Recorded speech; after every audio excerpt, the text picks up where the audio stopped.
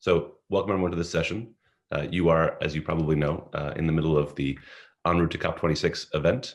In this particular event, we're titling Catalyzing Immediate Action in Sustainable Urban Mobility. And so do current opportunities help us deliver results sooner than we thought? So I think it's a pretty exciting time to be talking about this, given what we've seen in urban mobility over the last several months during the pandemic. I think there's a lot of new action that's happened around rapid changes in sustainable urban mobility. And so we want to use this session to talk about those, provide some case studies, and see if we can find some resources to help people build on that success going forward. So if we go to the next slide. So I'm the moderator. My name is Andrew Salzberg. I run public policy at a group called Transit App, but I've been involved in transport decarbonization in a variety of roles over the last 15 years. If you go to the next slide. Just some basic housekeeping. In the current mode, we're in webinar mode. You actually can't turn your microphone on, but later on in the session, we're going to have some breakout sessions where you will be able to. In that place, it's best to keep your microphone muted unless you're speaking. You can feel free to turn on your camera throughout the session. You can use the raise hand function during the Q&A when that's available, or you can leave messages in the chat box. So we have a real live interpretation right now. So we have at least one presentation that will be in Spanish, and obviously many that will be in English. And so if you need translation in either direction, you can download the app that's listed there on the first bullet point. Once you open the application, you'll need a code to get into this session. That's the EZCSOB code you see in the third bullet point there. And then you'll be able to follow the instructions on this slide or in the app to be able to have real-time translation. So that's available if you need it, and these are the instructions. So I'll just leave it there for another 10 seconds for folks who want to be able to find it.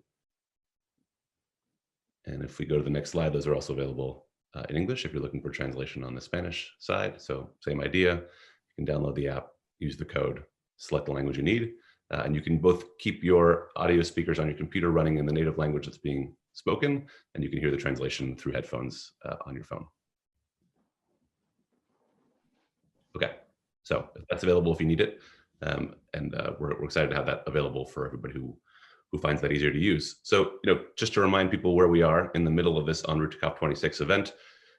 Transport emissions, as we all know, continue to rise, even as we need them to be falling rapidly. And so we're working across this entire event to think about how do we transition rapidly to a zero carbon world. And that is something that is running throughout all the sessions. So if you go to the next slide, you can see we're almost literally precisely in the middle of this event, which is exciting. And again, our event is on sustainable urban mobility and the current moment and what that current moment might provide us in terms of opportunities to move a little quicker than we might have thought possible. So if you go to the next slide. So we have a few objectives for this speaking session today. We want to highlight the critical opportunities to spur green and equitable recovery through sustainable low carbon urban mobility. Again, like I said, changed and modified by what we've seen over the last few months. We want to talk about how we can empower national and local policymakers to take action on opportunities by emphasizing the role of enabling frameworks like NDCs and sustainable urban mobility plans. We want to inform the participants, you guys who are on this call, of the available tools and resources. And we want to be sharing detailed case studies. And last but certainly not least, we want to be identifying through crowdsourcing lots of practical near-term actions that can transform urban mobility. And we're doing that through a few ways, but obviously one of them is going to be the breakout session where we're identifying new opportunities that we've seen come up.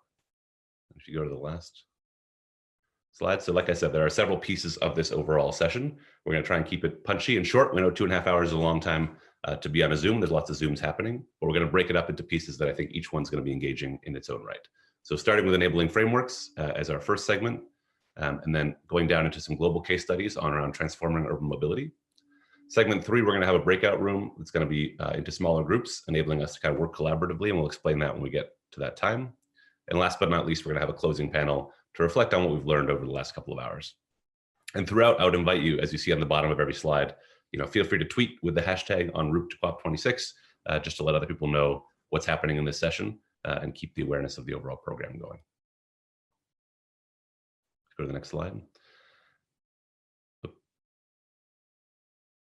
So yeah, like I mentioned, I think these are the goals that we're aiming for, right? This the resource guide that we want to put together as part of this session, crowdsourced throughout what we're working on over the course of the day, some key policy recommendations, including short and long-term actions, and finally, kind of continuing to identify the needs of practitioners and decision makers around these topics on sustainable urban mobility. So without further ado, I want to introduce Lise Bray to make our introductory remarks. She's the head of mobility and transport division at the Agence France de Développement. So Lise, if you're on, you can take it over from me. Yes. Good afternoon, good evening for some of them. Good morning, everyone. And thank you very much for allowing me to set the scene for this exciting session. Well, as Andrew said, we are now 5 years after COP21, where very ambitious goals were endorsed by the states and the Committee of Transport stakeholders, and also in the middle of this serious crisis.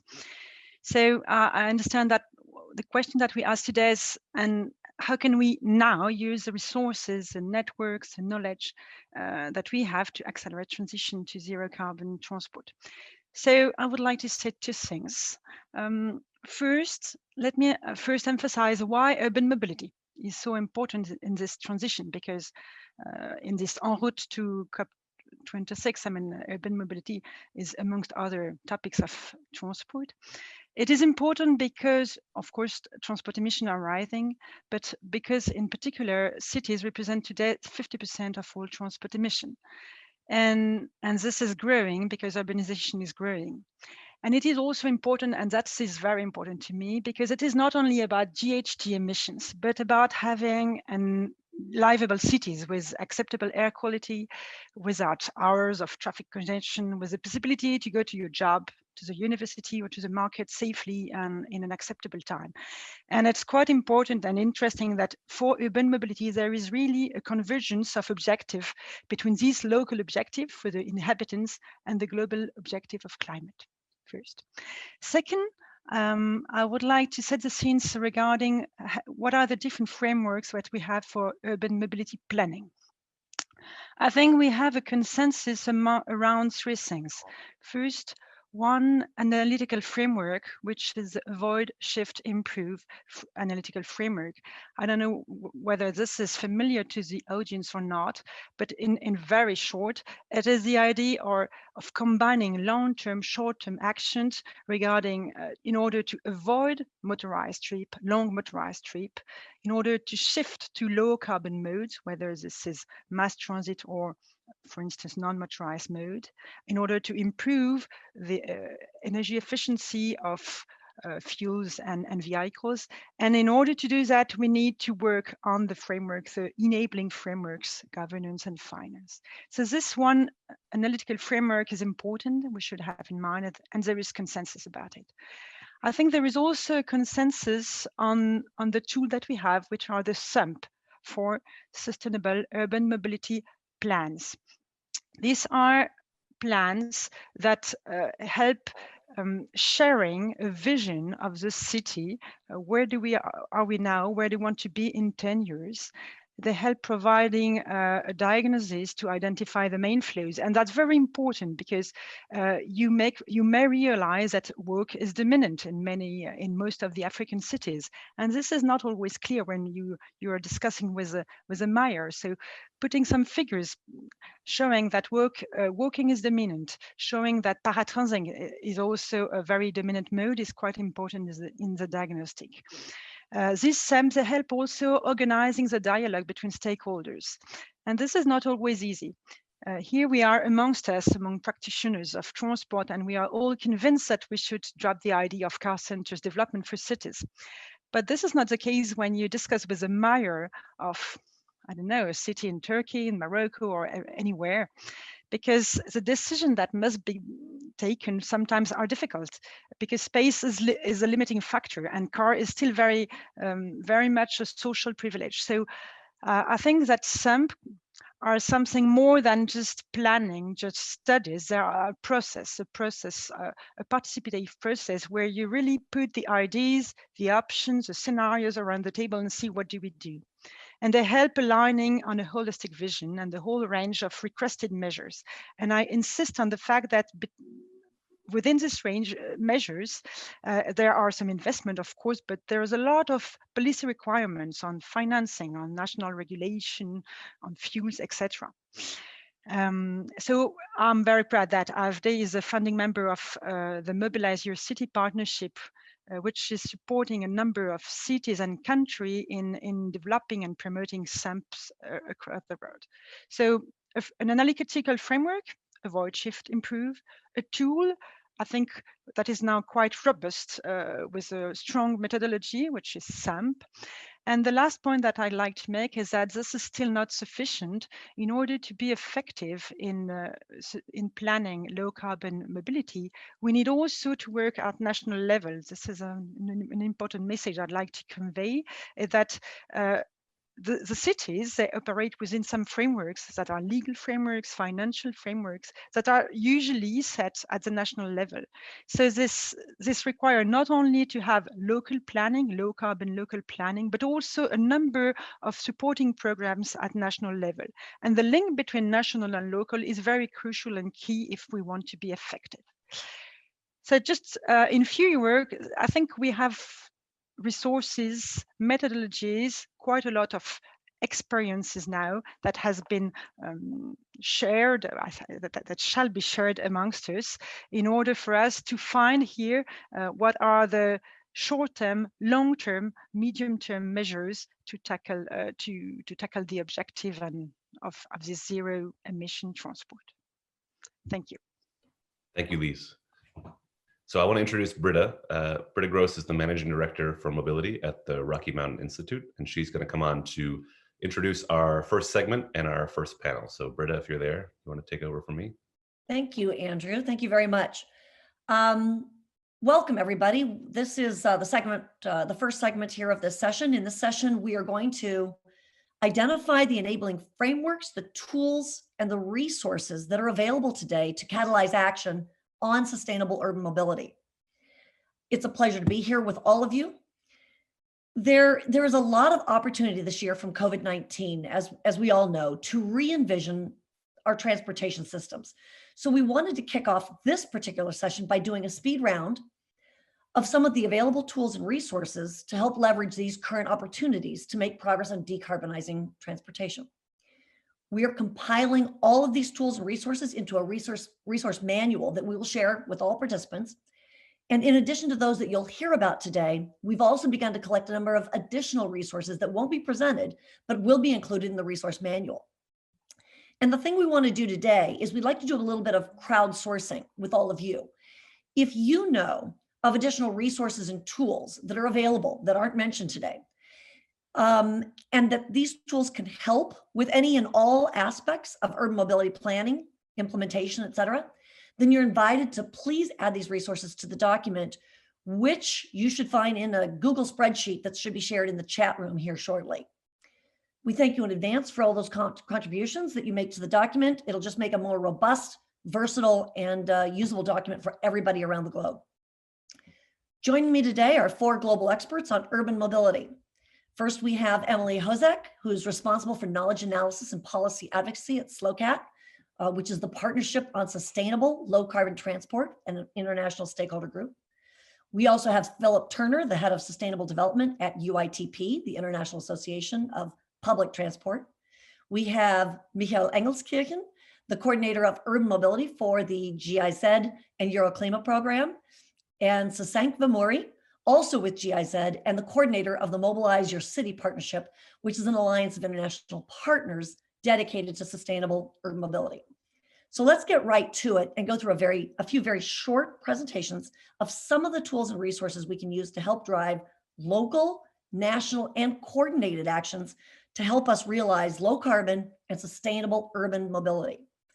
Emily, can you please start us off by describing SLOCAT's resources? Sure, thank you so much, Britta. And as Britta mentioned, the idea behind this is really for all of us to come together as different organizations working on transport and put all of our tools and resources in the same place, because there's lots of different meetings, there's lots of different organizations that you're always connecting with. So the idea is to try to have one central place where you can go if you're really looking to raise transport ambition in decarbonizing transport. So I'm from SLOCAT, as Britta mentioned, and the first resource that I wanted to share is our list of 10 recommendations for raising transport ambition within nationally determined contributions of the Paris Agreement. So as many of you know, countries are in the process of updating their nationally determined contributions, and including transport goals within those contributions is extremely important. And so SLOCAT, along with GIZ, ITDP, and WRI, and with the contribution of a number of other partners, have come up with a list of 10 different specific policy recommendations, to include transport ambition in NDCs. So we have the list of 10 shown here, and we have supporting case studies from different countries, as well as resources. If you just head to the link shown here on the slide. And we also have everything available in Spanish, and we will soon have everything available in French. So if you or someone you know is currently working on updating your country's NDC, this is a great place to start for transport ambition. So I think next slide, please. So along these same lines, SLOCAT, together with GIZ's Advancing Transport Climate Strategies, has been developing an NDC transport database to actually see the new ambition coming in the updated NDCs. So it's really assessing what that role looks like across all NDCs that are being turned in. And the database really looks specifically at target setting, adaptation and resilience, and the different subsectors included covered for transport. So it's a work in progress database as the NDCs keep trickling in. And everything is available on this link here. And we also will have an interactive online database coming in early 2021. So this is good to kind of see what other countries are up to and kind of the level of global ambition that's happening in transport. Next slide, please. Oh, thank you.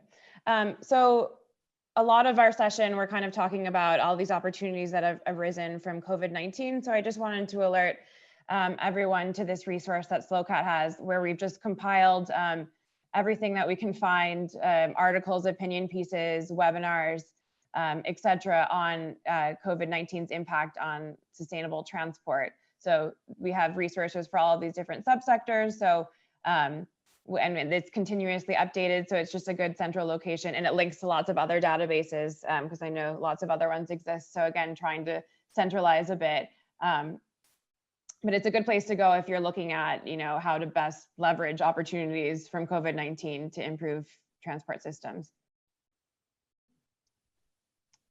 And then finally, I just wanted to mention SLOCAT has a kind of a flagship report that covers all of the global trends in transport and climate change across all global regions, looking at different targets and measures that different countries are taking, and global best practices in transport decarbonization.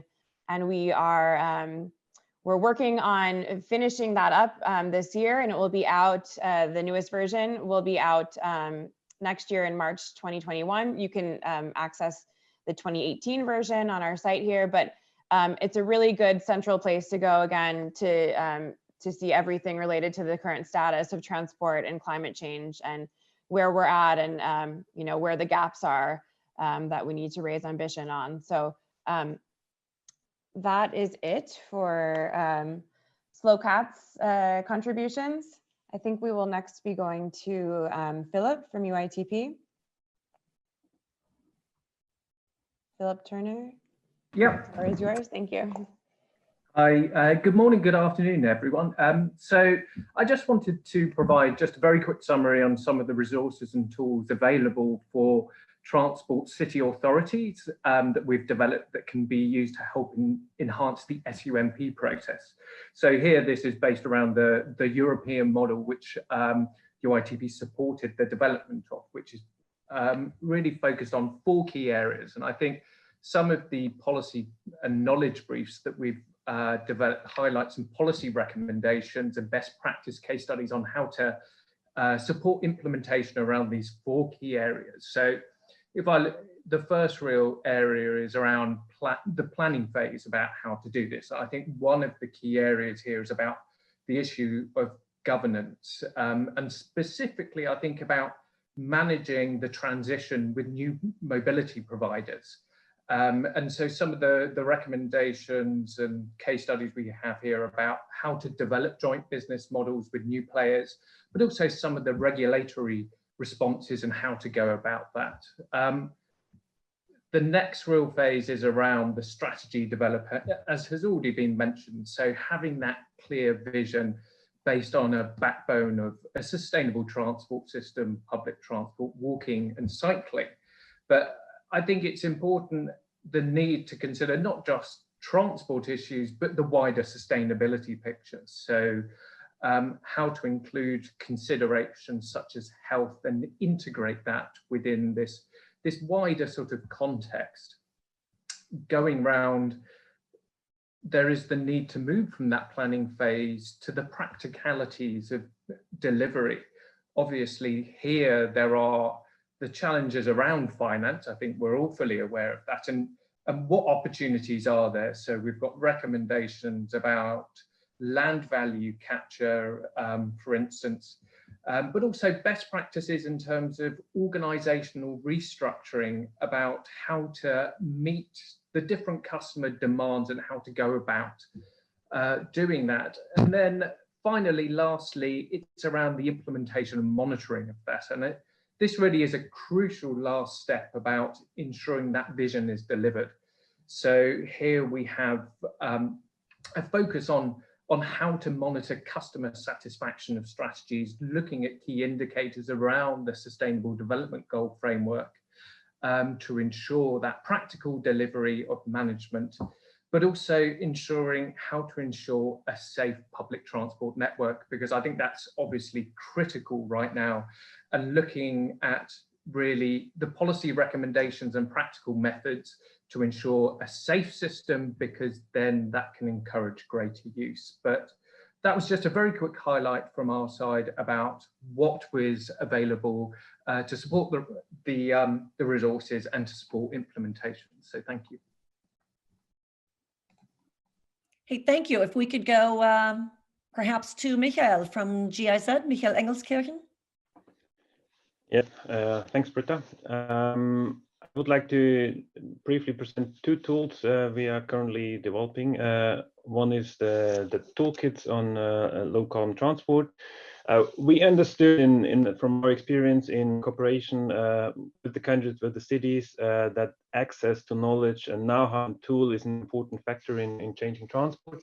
And with those toolkits, we make this knowledge from GIZ and other organizations accessible and actionable to practitioners and decision makers. We have developed a set of, for now, 5 toolkits on transparency, MRV, eco-driving, bus fleet renewal, and on the national urban mobility policies and investment programs and the sustainable mobility plan, so the NUMPs and the SUMPs, and these are, I mean, of particular relevance for this session. And both of them has been launched today, so hot off the press with a set of valuable tools. They are developed by practitioners, for practitioners, so really practical use in any projects, any activities you're implementing. They provide a structured guidance, general information, but also really specific expertise if you need particular information on certain steps in the development of your projects. The toolkit, it's not a once-off activity, so it's designed to be a dynamic tool. We are adding tools, but also, I mean, even more important, you're invited to give us your feedback and contact us whenever you have any questions or comments or tools to add. And I mean, actually, that session here, the resource guide we are developing throughout the session is also very much in line with that idea of sharing knowledge. And the other tool I would like to present on the next slide is our regional community of practice on urban mobility for Latin America, which is an integral part of the EUROCLIMA Plus project, and another great example how we could capitalize the waste knowledge and experience in the transport sector. because solutions are there, and I mean, not just copying it, but adapting it, and there's a lot of useful information around. And we have discovered when designing the EUROCLIMA Plus program that there are a lot of similar challenges in the region. And we would like to share the experience we make in the EUROCLIMA Plus projects, in the NUMPs and the SUMPs, but also experience from other actors, from other cities and countries, to share this in this larger community. And we are offering, I mean, it's not only an online platform, but there's a lot of presential activities. We are organizing workshops, networking events, but also, I mean, at these times this year, I mean, of course, the focus was much more on the online events, webinars and e-learning. And also important element is this social platform, sharing news, facilitating discussion in working groups on specific topics, and enabling a peer exchange, virtual peer exchange in this case, among the actors on the region. Please get engaged. There's a link provided in the chat and on the slide. It's focusing on Latin America, but not limited to actors in Latin America. So if you're interested to share your knowledge and to learn about what's happening in the region, please join. And it's also linked to the global community of Mobilize the City, where Sank will present in a minute. Thanks. Thank you, Michelle, for handing over. I think you made Britta's job a little bit easier and my job as well. So you mentioned the broader community. So Mobilize Your City is a global partnership where we have AFD and GIZ as the main implementing partners, supported by the French and German environment ministries and the European Union. So at the moment, we have 60 partner cities across the world, 42 of which are receiving technical assistance in 14 partner countries, 12 of which are receiving technical assistance. And that's just a bit of context to say how we formulate these tools. So I'll present 2 tools and 1 resource, but maybe just a quick 10 seconds on the process. So because we have all of this implementation experience, we're able to sort of do kind of an inductive process of using experience to formulate guidelines, processes, approaches, sharing lessons learned that can be applied to other places. And then as we kind of learn from that, we evolve and adapt our tools as well. So this is actually the launch of our National Urban Mobility Policies and Investment Program guidelines. So this is available on the Mobilize Your City platform, developed by UEMI, GIZ, AFD, again, with the rest of the Mobilize Your City implementing partners, to support national governments and doing what Lise mentioned in her opening remarks, creating this enabling framework for cities to address mobility, encouraging sustainable mobility at the city level. So there has to be this kind of interaction, interplay between the national and local level. And these are guidelines to help national governments identify the most valuable opportunities to support their cities. Next slide, please. I liked how when SLOCAT, Emily presented, she had 10 policy recommendations, and I was thinking, actually, you know, we're working on 4 of those, and this is the one that is about tools using ASI and making sure that we are being rigorous in our approach to mitigation approaches. So we have the Mobilize Your City emissions calculator, again, developed with AFD, GIZ, in this case also EFOI, a research institution that helps cities and national governments assess both the current emissions from road and rail transport in their cities, project or build different scenarios for what could those emissions look like under various sort of scenarios, and then model what we call, you know, a climate scenario or a NUMP or SUMP scenario. So once a country or a city has chosen a specific type of policy approach with a selection of projects, what could the emissions be like in the future? And we think this is really important because it helps both support cities and countries, or supports countries in quantifying their NDCs, support cities in contributing to the national dialogues, and also ensures that we're really doing what we hope to be doing, which is to mitigate greenhouse gas emissions. So this resource is also available with the tool itself, user manuals, video tutorials, and lots of other supporting materials on our knowledge platform. And that takes me to my last slide, is the Mobilize Your City knowledge platform. So as with everything else, so this is a collaboration. I'm just the talking head. The work is really done by all of the great people at GIZ, AFD, Wuppertal Institute, and our other organizations. But we try to have one place that sort of compiles a lot of this information specifically related to these topics of mobility planning, NUMPs and SUMPs, like Lisa mentioned, but also the work that we're doing on the emissions calculator and linking to finance. So check this out for more resources, and you're also more than welcome to make a profile and share the information that you have directly onto the knowledge platform itself. Thank you.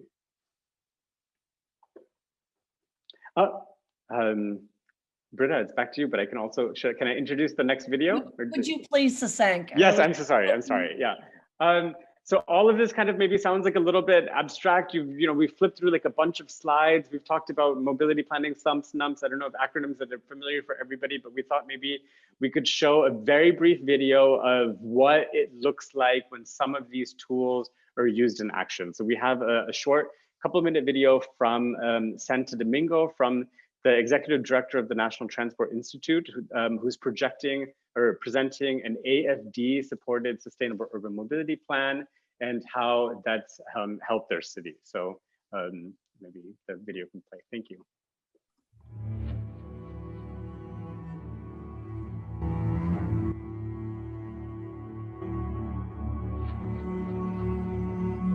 El programa Mobilize Your City se introduce en la República Dominicana a través del Ministerio de la Presidencia. En ese momento estábamos haciendo los trabajos que tenían que ver con el Plan de Movilidad Urbana y a través de la Agencia Francesa de Desarrollo conocimos del programa e inmediatamente pues quisimos inscribirnos y participar para poder obtener los beneficios de dicho programa. El país decidió convertirse en socio beneficiario de este proyecto de Mobilize Your City porque buscábamos una metodología que nos garantizara obtener un plan de movilidad urbana sostenible que estableciera unos tiempos a corto, mediano y largo plazo. Además, a través de este programa, pues podemos accesar a fondos para la implementación de este mismo plan. De igual manera, la implementación de este plan nos ayuda a disminuir los niveles de emisiones de gases, pero también nos ayuda a planificar la continuidad del crecimiento de la ciudad de una manera más sostenible. La iniciativa Mobilize Your City se compromete con tu ciudad. ¿De qué manera? Pues se realizan una serie de talleres, de vistas públicas, donde participa toda la ciudadanía, donde participan las alcaldías, donde participan los principales actores. Y esta la consideramos como una herramienta sumamente importante porque garantiza la inclusión, pero además la permanencia de planes como estos. Decidimos implementar el Plan de Movilidad Urbana Sostenible, PEMUS, como tradicionalmente se le llama, siguiendo los pasos establecidos por Mobilize Your City, porque nos gustó la parte de que las alcaldías se introducen en toda esta propuesta. Esto te garantiza que las necesidades de los territorios pues sean parte del plan. Se establece una serie de pasos que garantiza la medición del avance del plan en su implementación y lo más importante es que este plan es desarrollado por una compañía o por una institución de vasta experiencia en la creación y la preparación de planes de movilidad urbana sostenible. ¿Por qué recomendaríamos a algunos países de Latinoamérica ser socios beneficiarios de este programa Mobilize Your City? Si son ciudades como la nuestra, aquí en República Dominicana, el Gran Santo Domingo, donde manejamos altos niveles de congestión, donde tenemos altas tasas de personas fallecidas por siniestros de tránsito y también personas lesionadas, y donde los niveles de contaminación realmente nos afectan. Si este es el caso, estamos obligados como autoridades a trabajar por ciudades sostenibles, ciudades que garanticen a nuestros ciudadanos calidad de vida. Los planes que se generan a través de programas como Mobilize Your City nos trazan un horizonte, pero también nos permiten ciudades más vivibles, garantizando calidad de vida a nuestras nuevas generaciones.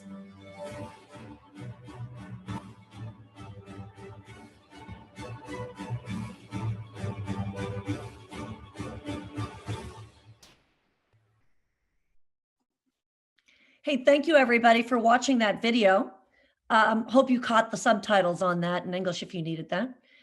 With that, I want to just send another last reminder to please, if you have knowledge of tools, resources, frameworks, helpful information that would help cities, local governments, federal governments, state governments, et cetera, make progress in the area of urban mobility, please feel free during the course of this entire session to enter any of these resources into that Google shared worksheet that we've put into the chat room.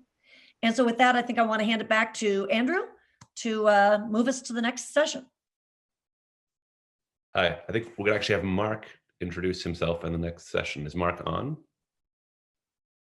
Can pass the baton. Yep. Good afternoon all. It's my pleasure to moderate this second short segment. My name is Mark Major, and I'm the Senior Advisor with the SLOCAT Partnership. And it's my pleasure we're going to have in this segment, we're going to have a quick look at 4 case studies from around the world. And that's going to be case studies from Africa, case studies from Latin America and Europe. And so without further ado, I would like to invite Frederick Strompen, who is a mobility advisor for the mayor to Cologne in Germany. Frederick is not only active in Cologne, he's active on social media, promoting discussion of these topics. So I'm very grateful for that. So I'd like to invite you, Frederick, to please tell us about what you're seeing as opportunities for rapid transformation of urban mobility from your work in Cologne. Right. Thank you, Mark, for having me. I will share my screen. I hope that works. Are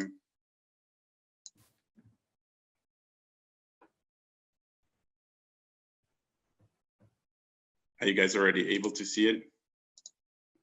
Yep, I think we can. Yep. Great. Perfect. Let me just full screen. Right. Thanks. Thanks for having me. Like Mark said, I'm Frederick. I'm advising the mayor of Cologne, Henriette Reker, on transport policy. She's just got re-elected for another 5 years, so it's pretty exciting times to work on sustainability and transport topics, which was a major part of the last election. But I want to directly jump into the topic, which is the role of the pandemic and future outlook on decarbonization. I think a question that many cities are asking themselves at the moment is basically whether the pandemic is accelerating existing trends, whether it's really a chance for speeding up decarbonization, or maybe it's also a comeback for the car, right? I don't think we are safe to say yet, but I want to discuss the topic a little bit. Before I jump into it, I would briefly introduce what is the city of Cologne, what was the impact of the pandemic on urban transport, and then just jump a bit into what are the measures that we already took and what do we want to do in the next year. So Cologne is a fairly big city for German standards. It's the 4th largest city with 1 million people, but to really understand the transport system in Cologne, I think it's quite important to understand that we're in the middle of a metropolitan region with 10 million people, very interconnected, very close to each other. So commuting is a big topic. 500,000 people move in and out Cologne every day. We are very well connected through the river, through a train network. So we are very, transport is really a key topic in Cologne. Also because the car industry is quite big in Cologne, with Toyota and Ford having large industry here in Cologne. And to understand how the pandemic influenced the mobility pattern, I think it's quite important to understand where we come from. Cologne was really rebuilt as a car-friendly city after the Second World War. During the Second World War, Cologne was basically completely destroyed and then rebuilt with the planning goal to make your trip with the car as convenient, as accessible as possible. So the outcome is that we have major road arterials throughout the city with ring roads, 4, 5, 6 lane ring roads through the city and around the city. So that is really a sort of historic burden we have for transport planners now. So what happened during the pandemic is, I think, also a bit of a result of that. In March and April, where really the soft lockdown, I'll get back to that now, started, we have seen that the overall demand for transport, of course, basically collapsed. We had for private vehicles, we had a reduction of 30%, public transport even as much as 80%, and bicycle trips went down by 50%.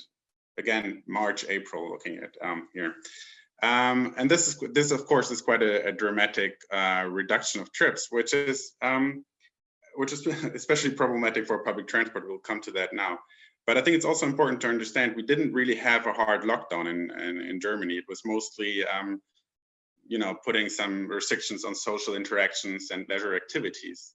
Now, car trips just went down by 30% in March and April, and you'll see here recovered very quickly. When public transport went down by 80% in March, and only slowly, but you know, not even surely, but just slowly recovered, the car trips were already back in June. So we can see that the convenience of being in your car, etc., really led to a resilient transport mode, which is of course worrisome for us as a transport planner. But two developments are especially dramatic for us. One is public transport in Germany is mostly funded by fare box revenue. So 75% of the operational cost of public transport is covered by fare box revenue. That means with that 80% dip, we really have a huge hole in our budgets, which for the largest operator, for example, has 7 million euros more deficit, and then at the same time last year, just for April. And now looking forward, that is quite important, because what we need to avoid is that we get into the spiral of, okay, less demand, we reduce investments, then we reduce quality, demand gets further reduced, right? So that is really something we have to break out, and we have to be creative on how to get out of this, and I jump into this in a sec. What was really amazing was the comeback of cycling, and especially from April on, we had such a huge increase in cycling trips.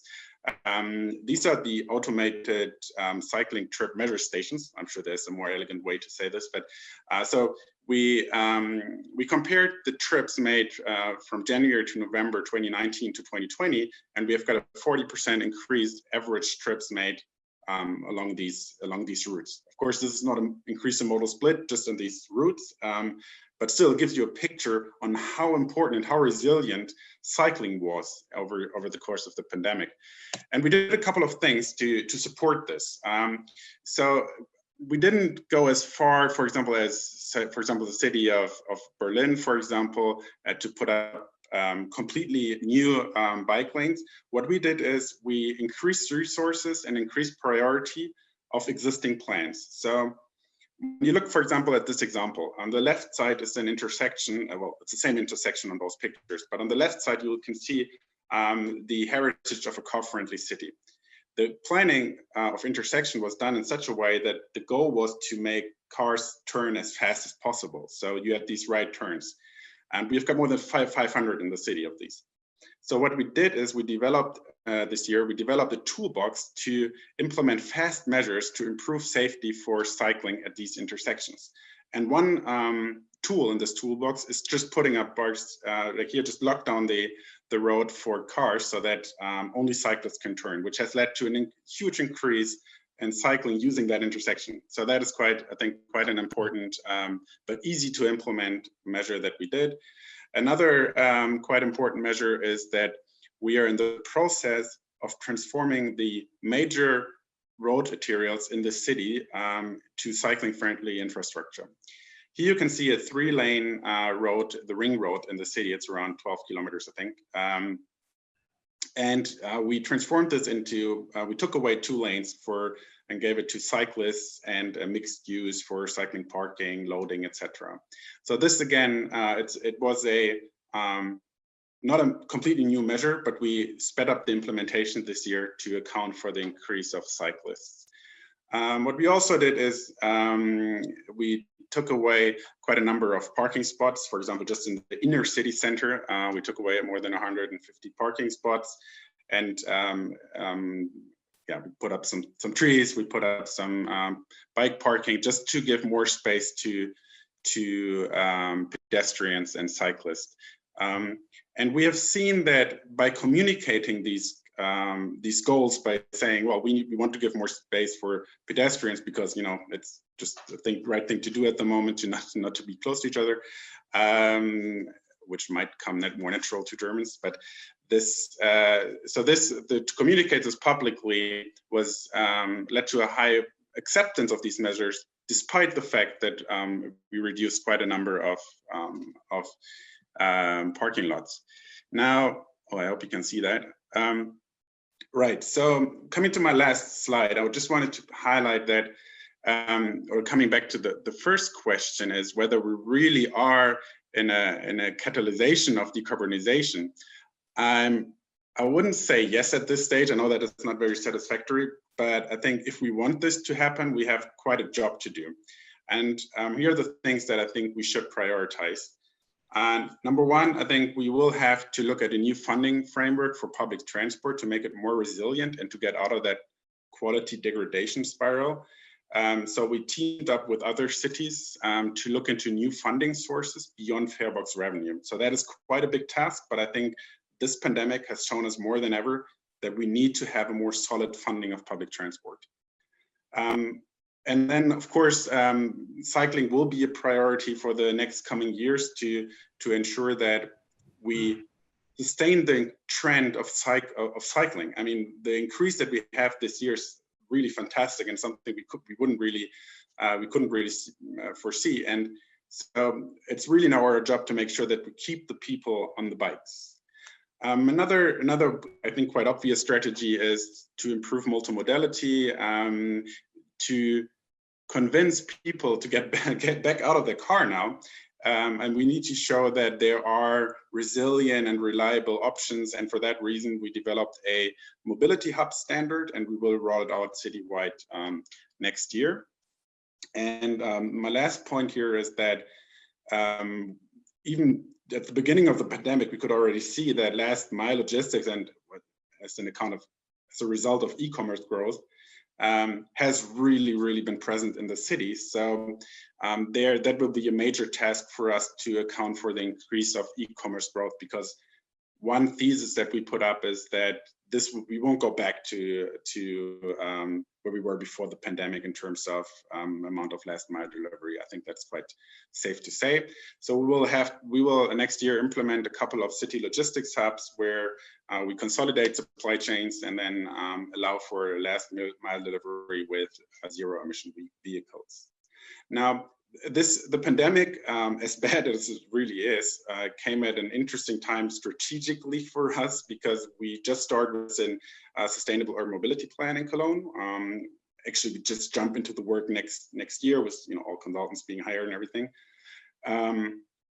So all of these developments will feed into this process, because now we have a couple of new priorities. We saw that we have a high public acceptance for the things that we do, even if they're just small measures of locking off streets and things like that. So for us, for our SUMP process, we already said, well, let's not wait until that is done, but let's continue implementing small measures while we are developing the SUMP. I think that is a quite important job for us to do.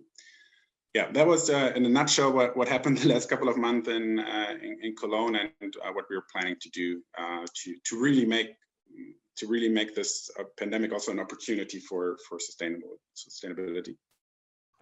Thank you very much, Frederick. Thank you very much indeed. That was a really clear overview of the dramatic impact on mode share, and the impact that means on revenue. But also, I'm struck by how pragmatic a lot of the response measures that you've come up with. I mean, kind of simple, kind of pragmatic things. That's very impressive. So thank you very much. Please share the tool you mentioned into the Google Sheet, so other people can take advantage of that. That will be great. And also, I recommend everyone listening in to follow Frederick Strompen on Twitter for really pragmatic kind of takes on his work. But time is tight, so we should move straight on.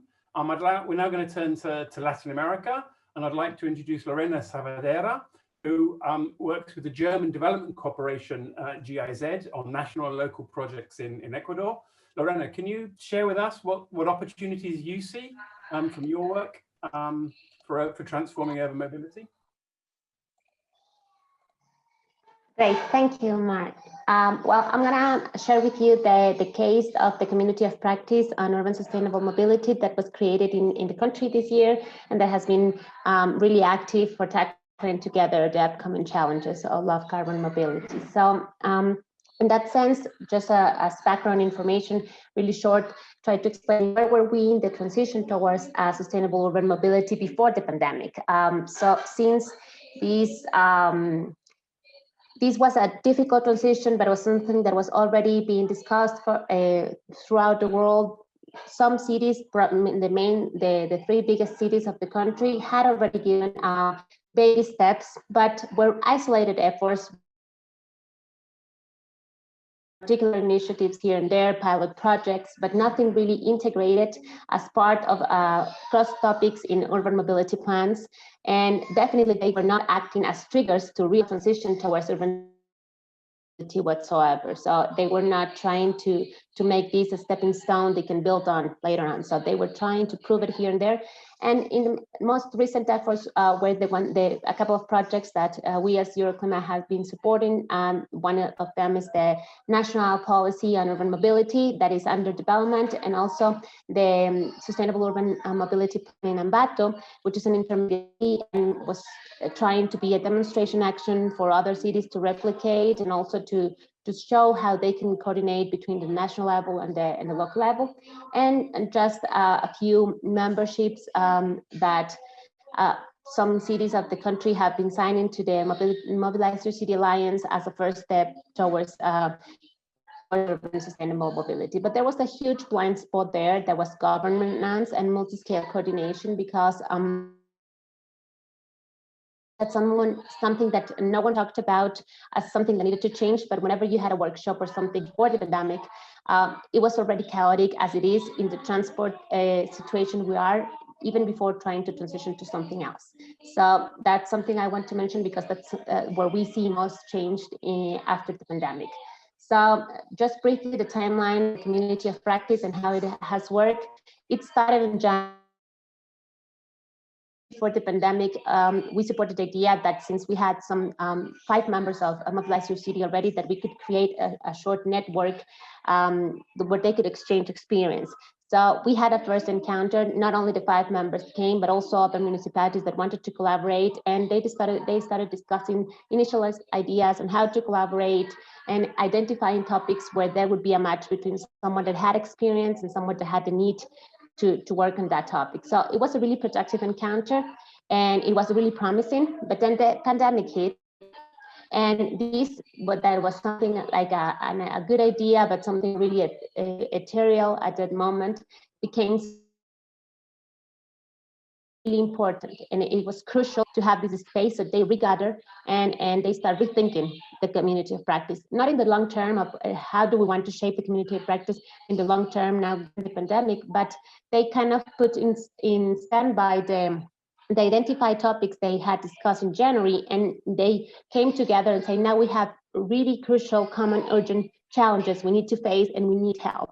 So they discussed on that, and it was also really interesting how the participation of the national level changed, because in the first encounter, they were kind of an observer there, but in the second one, they discovered that it was an active challenge to communicate between the national and local level.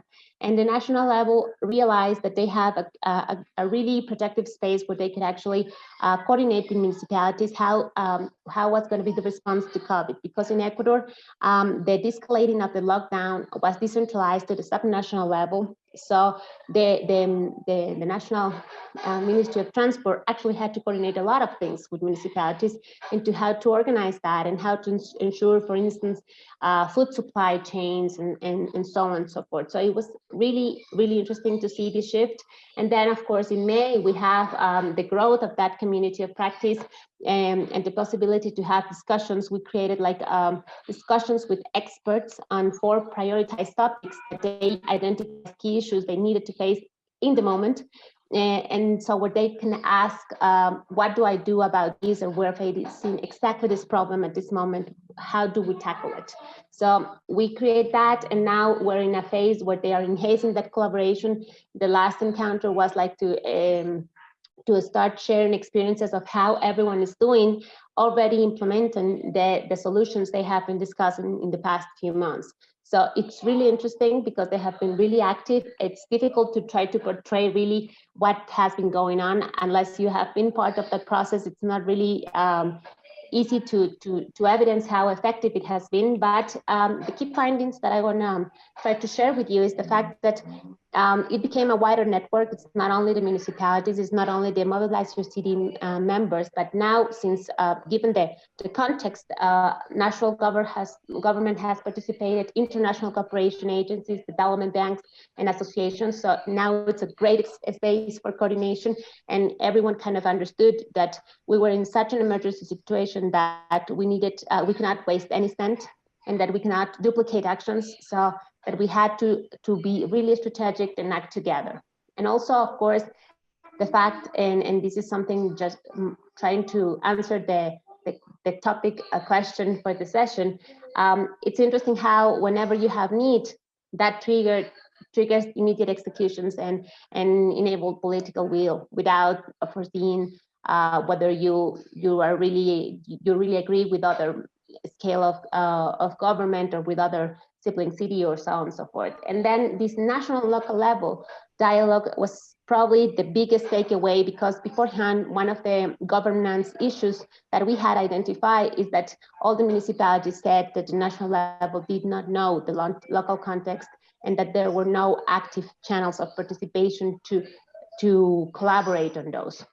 And the national level itself, they said that they didn't know, for instance, how freight transport operated between cities, that was something that was really complex for them to understand. And now, given the pandemics, they have discovered possibilities, and they have discussed and they have found these channels for consultation, coordination, and feedback.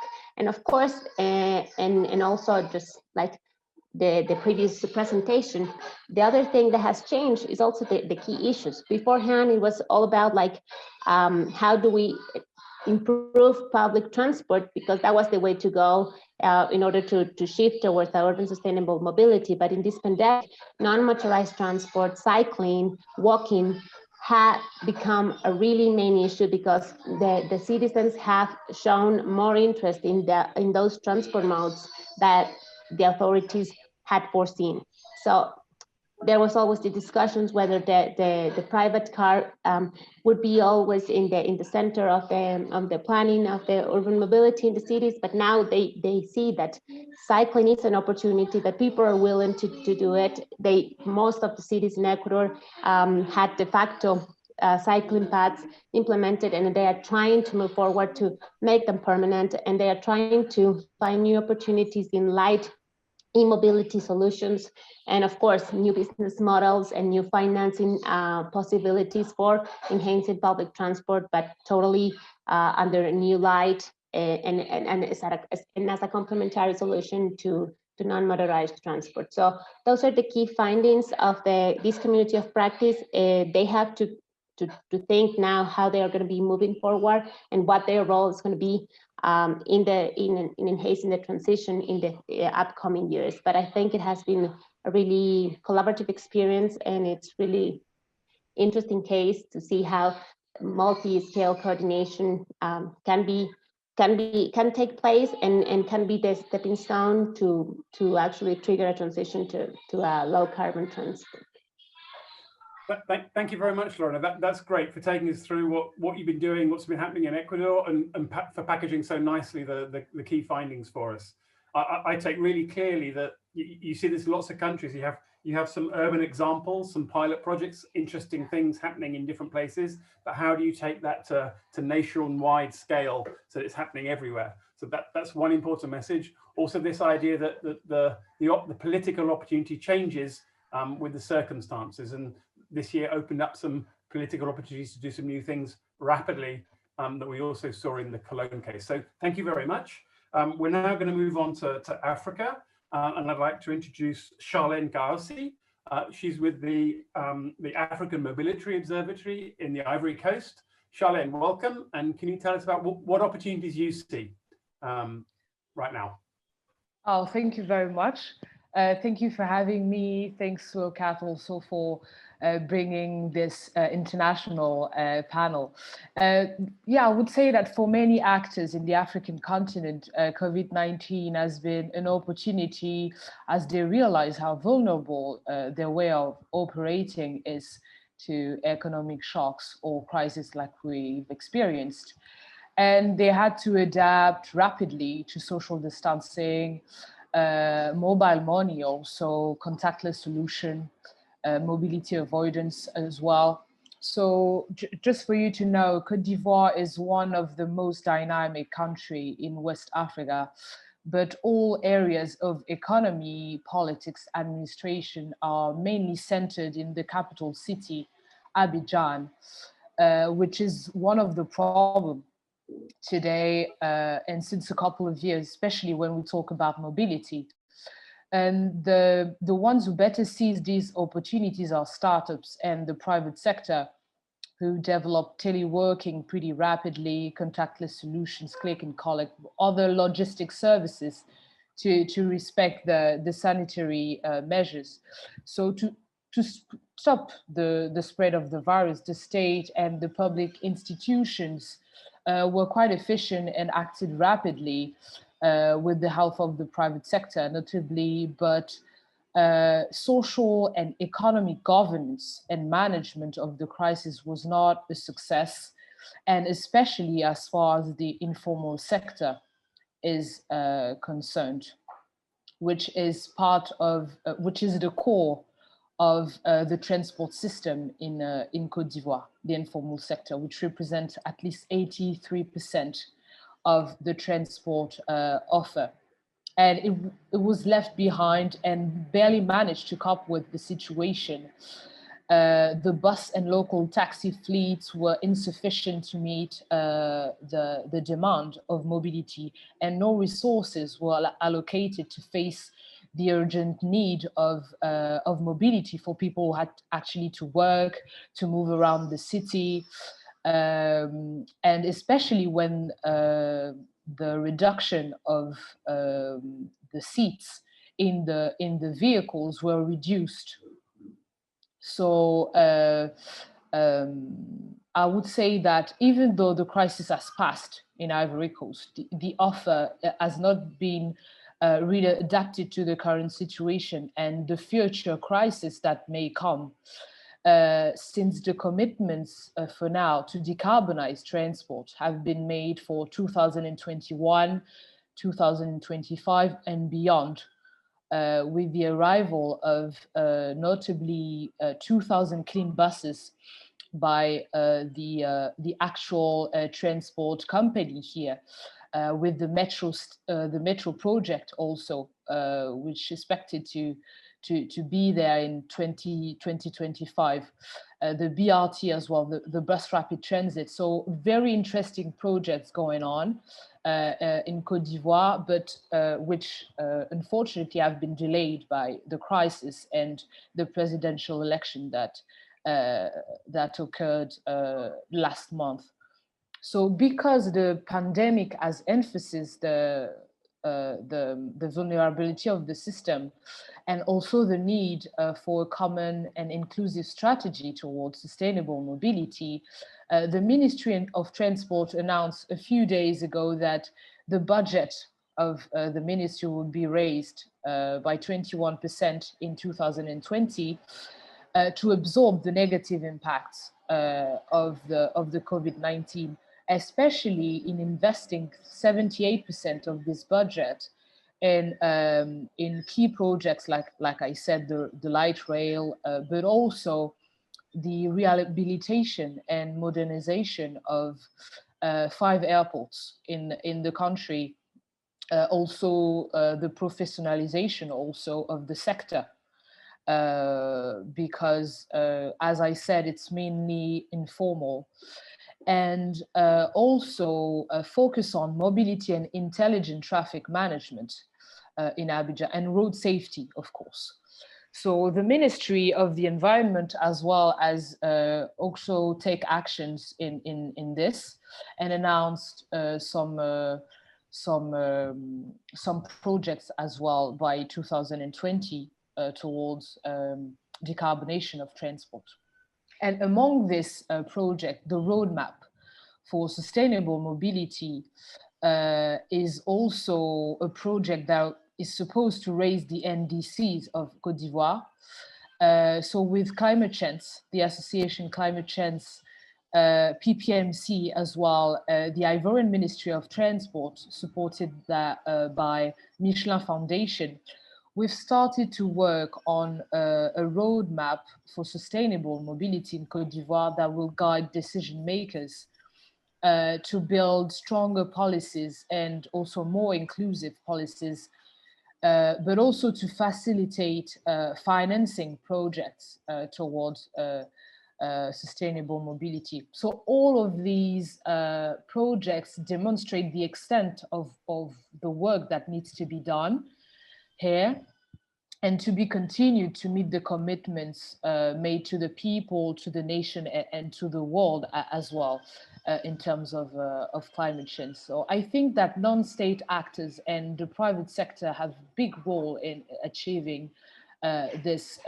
goals and to bring this dynamic of change, because unfortunately the public sector is fully aware of what's to be done, but it's not really able to adapt its administration system, its governance, and its way of managing project, or at least not fast enough, even in times like this, to do so. So this is what I think, and what Côte d'Ivoire and other African countries should do. Just to conclude, it's to define the appropriate decarbonation strategy and trajectory, for the territories, as the North Africa, South Africa, East Africa, all parts of Africa are different. So we first need to define this strategy, then to develop a new and inclusive low carbon transport service, and to conclude, support and assist regions and governments in terms of technical and financial support. So thank you very much for your attention. Thank you very much, Felony, for explaining that so clearly. And I really see that the mixture of kind of current immediate challenges and the longer term projects you're trying to work on getting delayed in the current circumstances, that comes across really clearly, as well as the budgetary impacts that we also heard about from Cologne. And like in the Ecuador case, this importance of multi-level actors at the state, regional, link up. So thank you very much for that. And now we come to our last case study. I'm really delighted to be able to introduce Paula Visca, who is an economist and consultant with the Ministry of Housing, Land Planning, Environment in Uruguay, working at the national level. Paula, please share with us your experiences. I think you're going to speak in Spanish, is that right? Yes, thank you, Mark. Good morning, everybody. Thank you for the invitation. I was given the opportunity to speak in Spanish, and so I will take it, if it's okay with everybody. Go ahead. Translation is organized. Okay. Bueno, muchas gracias nuevamente por esta invitación. Yo quería compartir brevemente nuestra experiencia en nuestra política de movilidad urbana sostenible que estamos elaborando y desarrollando en Uruguay desde hace 2 años aproximadamente. Comenzamos en este proyecto. Bueno, tenemos la próxima.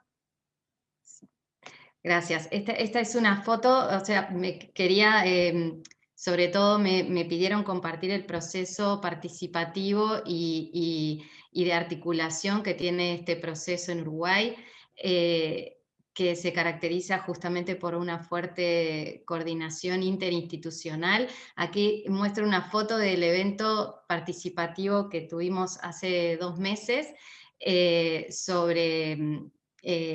para obtener insumos para nuestra política en elaboración, que bueno, fue un evento, se pueden ver que las personas tienen mascarilla, porque en Uruguay tenemos es uno de los, creo que de los países que ha tenido menos casos de COVID en el mundo, y lo hemos hasta ahora mantenido bastante bajo control, entonces se podían hacer actividades presenciales, y este taller muestra que hubo amplia participación a pesar de las medidas sanitarias para obtener insumos para esta política. La siguiente. Bueno, nosotros quiero mostrar primero los actores que están participando de esta. Next one, please, Mark. Thank you. El liderazgo de este proceso, además del Ministerio de Ambiente, participa.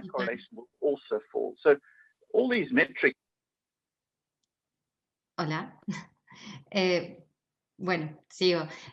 Participa el Ministerio de Industria y Energía, el Ministerio de Vivienda y Ordenamiento Territorial, que ahora está separado del Ministerio de Ambiente. Son dos ministerios, a partir de este año se separaron, y Ambiente tiene un ministerio propio. El Ministerio de Economía y Finanzas y el Ministerio de Transporte y Obras Públicas.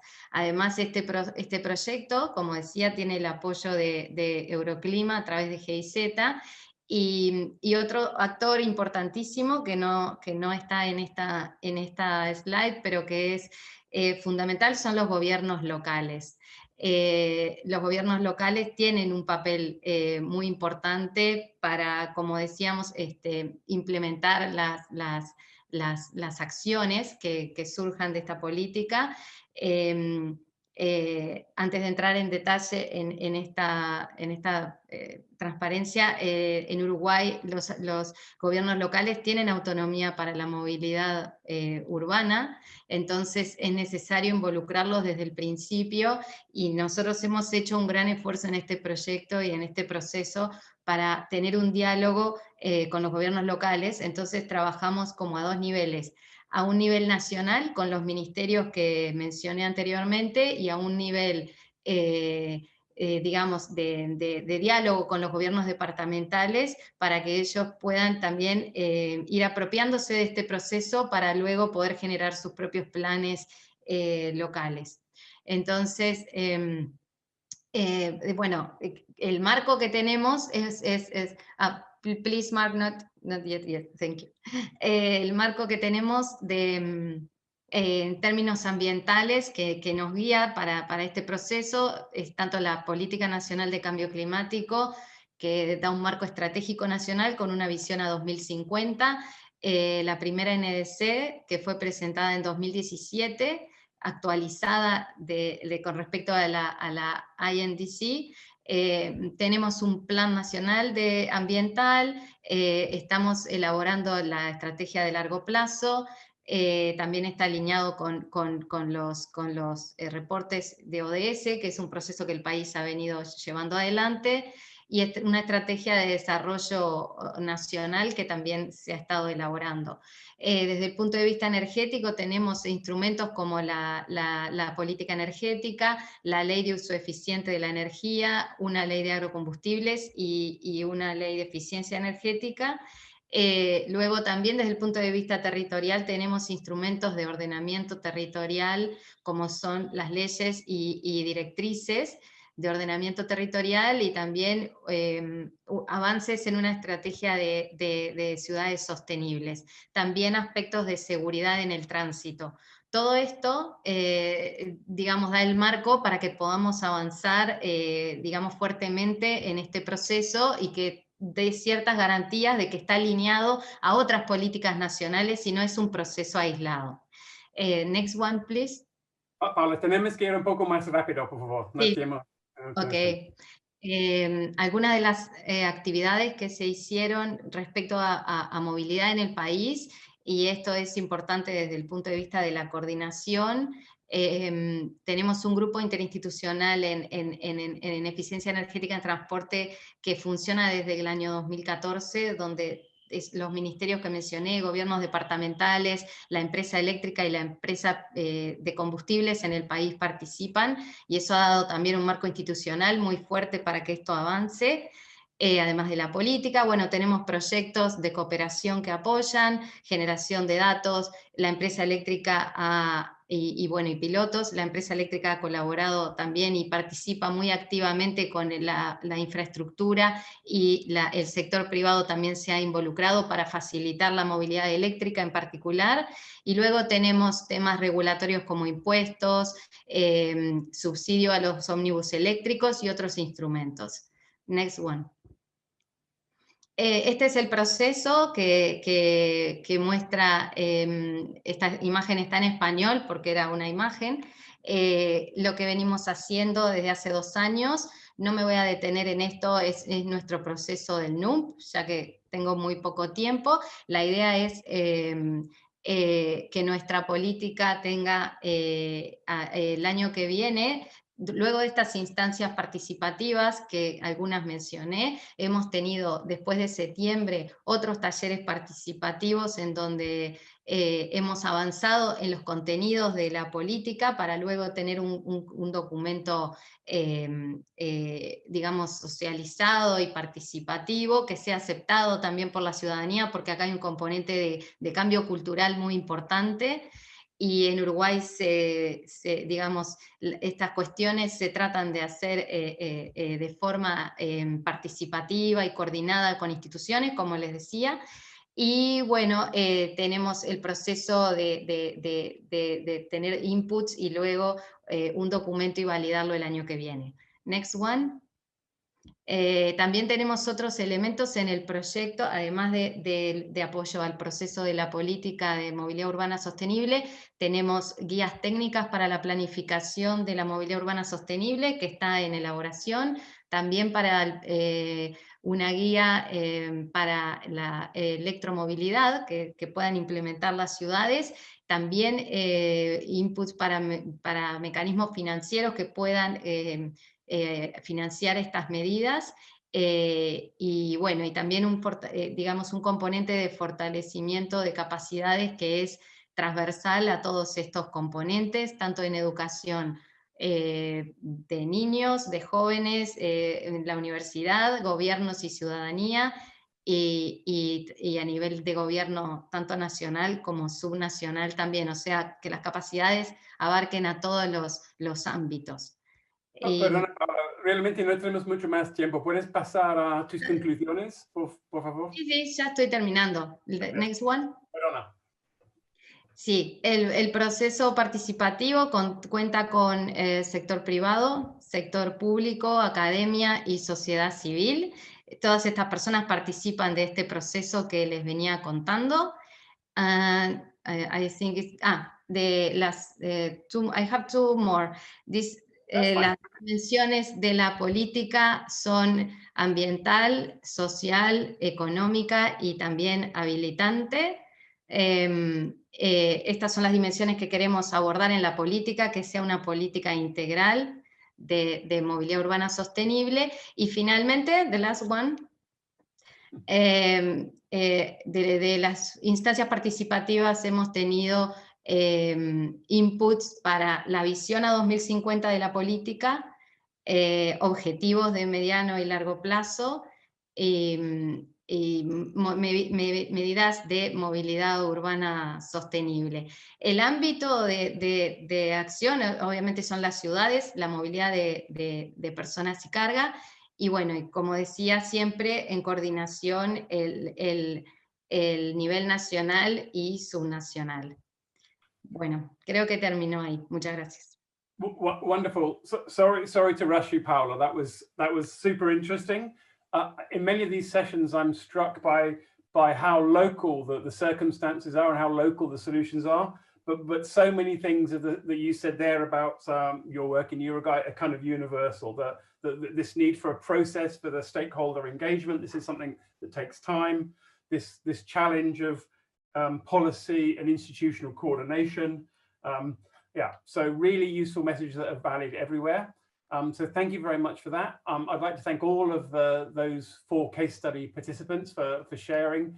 and a lot we can learn from that. And with that, I close segment 2 and pass the word back to Andrew, who's going to introduce segment 3. Thank you. Thanks, Mark. So this is segment 3. It's a chance for you in the audience to participate in the overall session.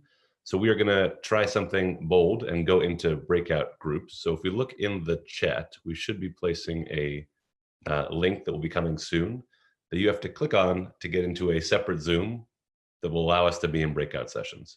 And so what we're going to do there is break into small groups, depending on the size of what we have, and go through 3 questions using a collaborative tool that will be explained when you get to the sessions. That's going to let you input your ideas on these 3 questions. So hang on for 1 minute. That link is now in the chat. So we're going to have 3 questions that each group's going to go through. So we're going to talk about what is required from a national public policy perspective to spur the kind of actions we've been talking about around decarbonizing urban mobility. We're going to talk a little bit from the bottom-up perspective, what's required at the local level, and then more broadly, what else do we need to actually make these kinds of transitions happen at the scale and speed that we need them to. So I think now is a good time to go to the side of your chat, and there's a link that Emily just posted that you should all be able to see. And if you click on that link, you will be passed into a new Zoom. And when you're there, you'll also be able to introduce this new tool called Easy Retro, which is very simple to use. That's going to let you collaborate with people in your breakout groups to actually be able to contribute. So hopefully that is working. I can't see right now how the panelist count is going, but if you go over to the right, you should be able to click, and that should take you into a new Zoom. So now I'm just going to wait for the magic to happen when that transition actually takes place. So hopefully that's where I see the numbers are going down, which is good. That's a sign you guys are leaving this webinar Zoom, which doesn't let us do breakout sessions, and heading over to the new one. So sorry for the extra step, but I think it's worth it for the effort to actually get together and see everybody's faces and be able to collaborate a little bit and break up this session. Okay, so I hear people are alive, which is great. So if you're still here listening to me talk, that means you should probably be clicking on the link to the right and heading over to the different room. So we'll give folks a couple of minutes to do that before we kick off the working groups.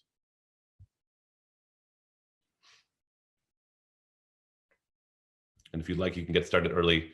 And there's another link there for the Easy Retro board. That's the whiteboard app that we're going to be using during the breakout session. So if you want to get extra credit and get there a little early, you can open that up too. But the most important one is to get over to the Zooms where we can enable the breakouts.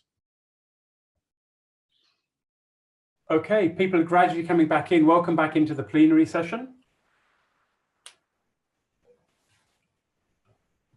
We just see that people are gradually coming back in. We hoped you enjoyed that opportunity to work for us for free, to crowdsource these solutions.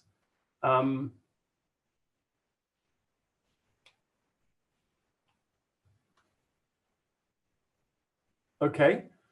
And just to conclude this kind of short breakout session, I'm going to try and give kind of like an overview. We're really grateful for you to contributing. If you're contributing here, all this information, this crowdsourced perspective is going to be included in the session report that will be available after en route. Of course, we'll be able to tidy up and merge things that are the same, giving it a little bit more clarity, maybe perfecting a little bit of the language to make sure it's clear.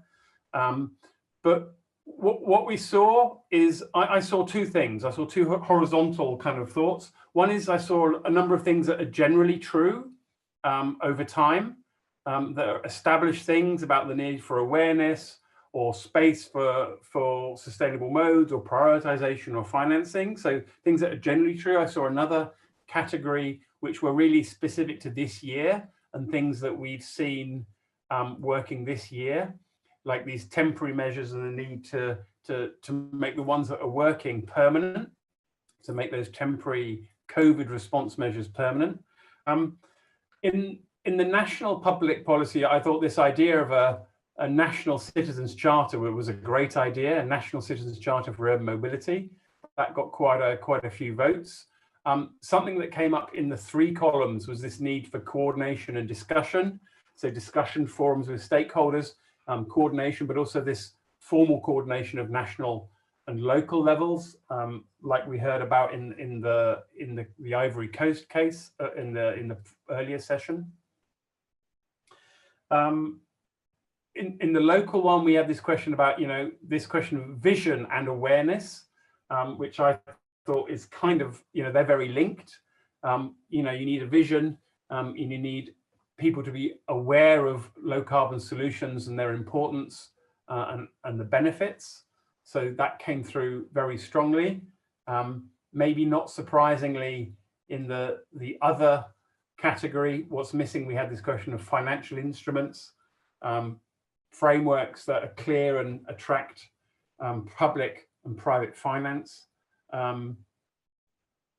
Yeah, so I think those are rather the brief overview that I take from this exercise, but it just shows the value of bringing almost 100 people with different perspectives, different parts of the world together to work together on crowdsourcing solutions. So with that, I thank you again for your contributions. We're also very grateful for your contributions to the resource guide. We're getting more and more things in the Google Sheet. So I hand it back to you, Andrew. Thank you.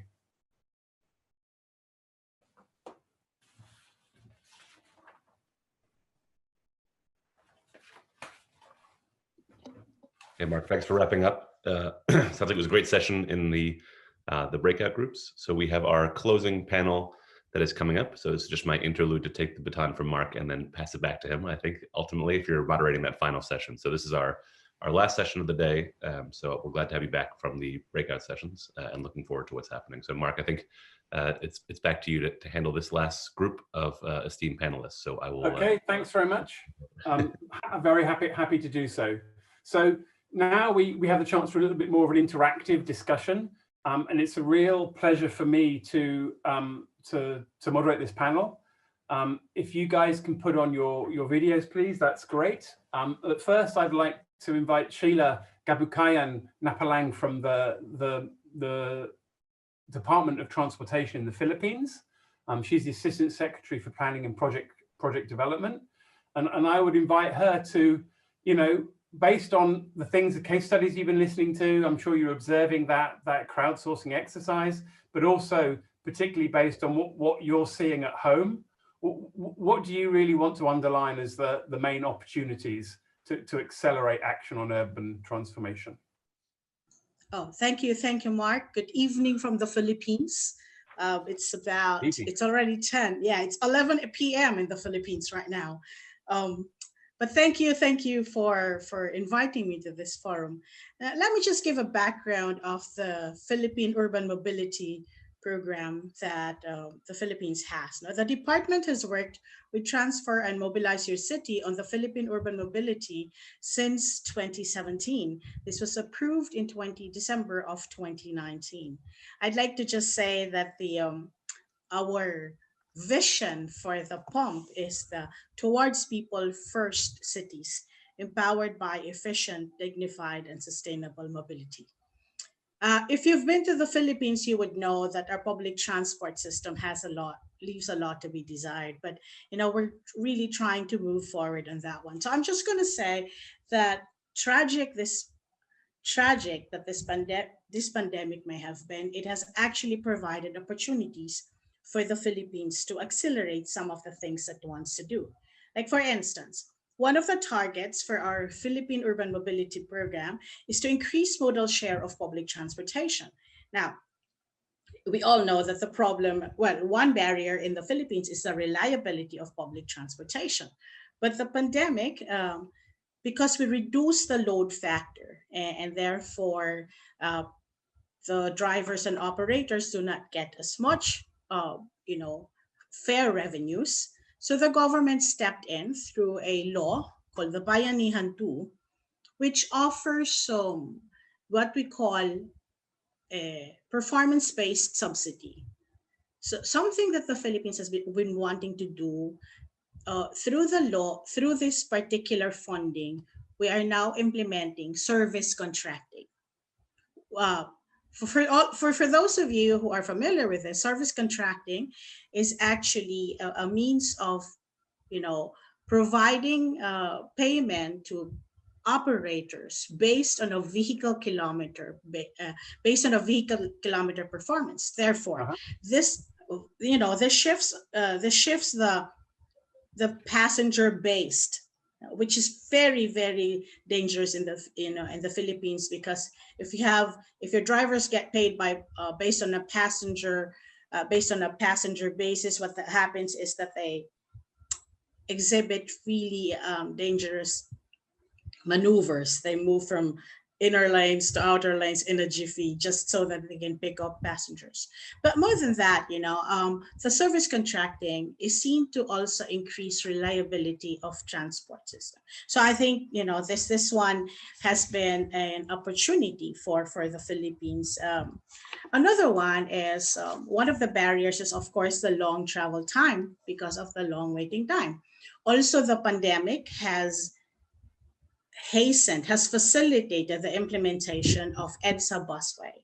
It's we call it BRT-like. We've been, if anybody who's studied the Philippines would know that since 2010, we've been wanting to implement the bus rapid transit, but it has been long delayed. But because of the pandemic, we have this BRT-like, it's EDSA busway, which now has a dedicated bus lane and cuts travel time to maybe 50% than what it used to be. So, because of that, we've actually been able to do that. And, another thing that this has, facilitated is it has also facilitated the consolidation of routes. The Public Utility Vehicle Modernization Program of the Philippines has been in place since 2016, but it has suffered delay for so many reasons. I'm not going to go into, because I only have 5 minutes, even less than that. But but the PUVMP has been seriously delayed, but because of the pandemic, and I'm not saying the pandemic is good, but it has given us an opportunity to actually maximize our public transportation, right? So we've been able to rationalize from 96 bus routes to 31 bus routes with only 2 operators, managing it. So this means that it's less competition, right? Less competition among the operators, and it's also easier for the government it's more tractable in terms of regulation. Okay. Another opportunity that this crisis has provided is, I'd anchor it on another target that's found in the Philippine Urban Mobility Plan program, which is increasing the kilometers of protected bike lanes, right? Again, as in any other country, the use of active transport, walking and cycling has actually been markedly improved, because people consider this to be one of the safest way to travel. You're not traveling with anybody else, right? So in the Philippines, I don't know how many kilometers of protected bikeways we have right now, but because of this pandemic and the Bayanihan law, we are now set to construct 432.64 kilometers of protected bikeways. So, and also legislators have come on board, because it's now, it's everybody is into walking and cycling. So we have legislators have filed bills in Senate that are supportive of active transport. Now, we've also seen the pandemic show potential for decreasing GHG emissions per passenger, which is another target in the Philippine Urban Mobility Program. According to the data from Clean Air Asia, during the enhanced community quarantine, it was a complete lockdown in the Philippines. Emission was reduced from the transport sector, was reduced by 54%. Great, right? But it has now, because now we're more relaxed now, it has actually gone back to almost pre-pandemic levels in terms of increase in terms of GHG emissions. I'm just going to stop there, because I'm not sure if I used up my 5 minutes already. Thank you very much. So I understood that you're saying that you saw in the Senate, in the Philippine Senate, increased support for walking and cycling this year. Yes. That's really very interesting. Do you think that's something that's going to help you longer term? Do you reckon that's going to be maintained, that kind of? Precisely. Yeah. Well, we're hoping. Well, because the bicycle facilities are infrastructure, so it's not easy to like dismantle them. We've got 400 kilometers. That's pretty good start. What I think the challenge would have to be to sustain the gains that have been started here during the pandemic. Yeah. Fantastic. So thank you for being with us so late in your evening. I'd now like to invite Mr. Bharat Salotra to join the conversation. You're co-chair of the Federation of Indian Chamber of Commerce and Industry's Sustainable Mobility Council. You're also the managing director of RUMAS India. What are you seeing from your, I guess, more corporate perspective as the opportunities? Yes, so thanks, Mark, and delighted to get this opportunity to speak at the en route to COP26. So actually for us, the COVID pandemic has demonstrated two important lessons. Firstly, it has shown us the power of exponentials, but it has also demonstrated to us how nation states and corporations and research institutions can all work together and get galvanized into unprecedented action, hitherto not experienced by any of us in our lifetimes. So even as the world urbanizes at a frenetic pace, a similar power of exponentials seems to manifest itself through the twin challenges of congestion and poor air quality in our cities. And particularly for countries like India, which is really at the cusp of urban transportation, where the expectation is that by 2030, another 200 million people are likely to move from the countryside into India's already super congested and highly polluted cities. And so as India aspires to achieve the $5 trillion economy mark, our cities, which contribute almost 70% of the national GDP, need to be retrofitted, redesigned, and revamped. The time to actually to catalyze the change is right now. As we have seen, the COVID pandemic has really affected the way we live our lives. Working from home is now pretty much a standard norm rather than an exception. Social distancing is being mandated across human settlements, and new travel restrictions have been imposed in public transport systems. On the other hand, cities have had to very quickly assemble, revised protocols for public transport and contactless ticketing. But on the other hand, we also noticed that private transport has tended to become a preferred mode of travel, which is quite unfortunate. But as a way to, and the way we've handled the challenge is that as a way to decongest and also to dissuade use of private transport particularly for first and last mile connectivity, several public-private partnership-led non-motorized transport schemes, including bicycles and zero-emission vehicles, have been launched.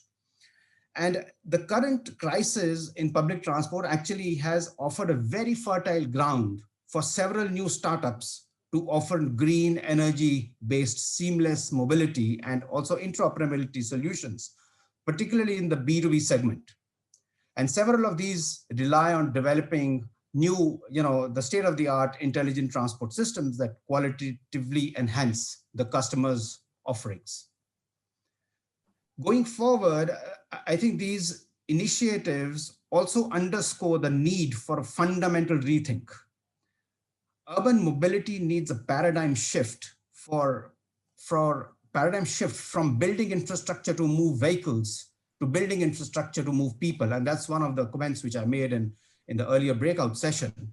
Because for far too long, our cities have focused on building more roads, more flyovers, and more parking lots. I think it is now high time we invest on developing infrastructure with a clear focus on moving people and goods and on developing pedestrian pathways, implementing zero emission zones. But for that to happen, and this is again I mentioned in the breakout session, we need to rebuild our governance structures that take an integrated, holistic view to urban mobility instead of a siloed unimodal approach. As we have also recommended in our sustainable mobility roadmap, it is imperative that we established a well-empowered, unified urban transport authority at the city level that is driven by a well-defined citizens charter for sustainable mobility. And the citizens charter needs to be established at the national, state, as well as at the city level. And that's the way the authority needs to be directed. The efforts of the authority, of the transport authority, should be to procure land, raise and allocate resources among competing modes, and plan and offer mobility solution in an optimized, ecologically and economically sustainable manner. The current crisis has, of course, underscored the importance of rapid transit-oriented development. It has given a dramatic fillip to e-commerce and delivery at the doorstep. But more importantly, it has also brought into sharp focus the urgency to quickly adopt renewable sources of energy for our mobility systems. In the last few years, as a promoter of International Solar Alliance, India has substantially demonstrated how green energy can be generated using solar and wind power at economical rates. And as a result of economies of scale and scope, and with the latest technology evolution, the prices of renewables have shown a sharp decline. And in fact, just a few days ago, we just witnessed the lowest ever price offering for solar power at levels far below the grid parity. The expansion of green energy generation through renewable resources has also opened up immense possibilities for exploring hydrogen economy. And to that end, the government of India has actually recently established a standing committee for adoption of green hydrogen-based economy, as well as fuel cell-based transport for our city buses. With sharply reducing electrolyzers as well as fuel cell costs, we could be at a dramatic inflection point that redefines urban mobility based on green hydrogen. Okay. Having said all this, and I'll just conclude, the fact remains that implementing sustainable mobility solution requires a very deliberate, citizen-centric and a mission-driven approach based on collaboration across multiple stakeholders. We cannot look at urban mobility in isolation. We need to look at the importance of multimodal logistic parks, surface and bus ports, and all that is paramount. And in these two areas as well, we have seen major initiatives being rolled out. Thanks once again for this opportunity. Thank you very much. I mean, many of us working on this topic know how important the work what's happening in India is for the global climate. That's very clear. So many people are. So it's encouraging for you here to say that you see unprecedented action happening in India. Do you see this like a change in political attitudes at the higher political levels, like we heard from the Philippines? Do you see politicians being more supportive? I think so. You know, the politicians also have to live in the same context that all of us live. I mean, they have to breathe the same air, and they have to tolerate and bear with the same levels of congestion. So I see a tremendous push for using energy, renewable sources energy for green mobility, and several new initiatives have been taken. I mean, India is one of the, probably the second or the third largest adopter of electric buses. Globally, and I think that move is on. But as I said, hydrogen seems to be a very, very interesting place for a country which has a lot of sun, a lot of wind, and a lot of potential, waste to energy opportunities.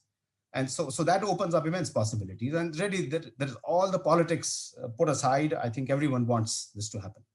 Great to hear you being so optimistic about a number of things. That's really encouraging to hear. So I'm going to try and come back to you both. I'd also now like to introduce into the conversation Oliver Lahr, who is based at the Wuppertal Institute in Germany, but is working very globally on these topics.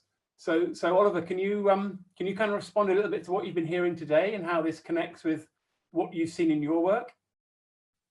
Great, thanks, Mark, and thanks for the wonderful discussions so far. Has been quite a stretch, a lot of things to digest. So summarizing any of this will not do justice to the depth of the discussions that we had, but maybe picking up a few of those themes that we discussed. So one of which, of course, was on the coordination between the local and the national level. And there, of course, the frameworks that we touched upon, the SUMPs and the NUMPs, are quite helpful. But what that means in a very practical sense is linking local action that of course relies quite a bit on the national policy framework with regard to the regulations. So vehicles that we develop in our urban living labs, for example, that we run through the Solutions Plus program, for example, they need to be allowed on the road, right? Otherwise, it's great innovation, but it will not contribute. So regulation is usually happening then on the national level of these kinds of vehicles. And then, of course, a big rollout of services needs quite a bit of investment. We do talk about bankable projects a lot, but there's also lots of funding and financing around in the sector domestically. So the generation through fuel tax, through differentiated vehicle taxations, but also allowing cities to raise road user charges, parking charges, all of which allow us to raise funding that can then be reinvested. All of this needs to be very open and transparent in as much as participation as we can enable, so that it becomes clear that we pay more here, but we see a direct benefit there. And always this direct benefit is at the local and city level. So those two are inherently interlinked. The big bucks at the national level where we can raise funding and where we can then invest and people can enjoy the benefits of those. Maybe I just stop here.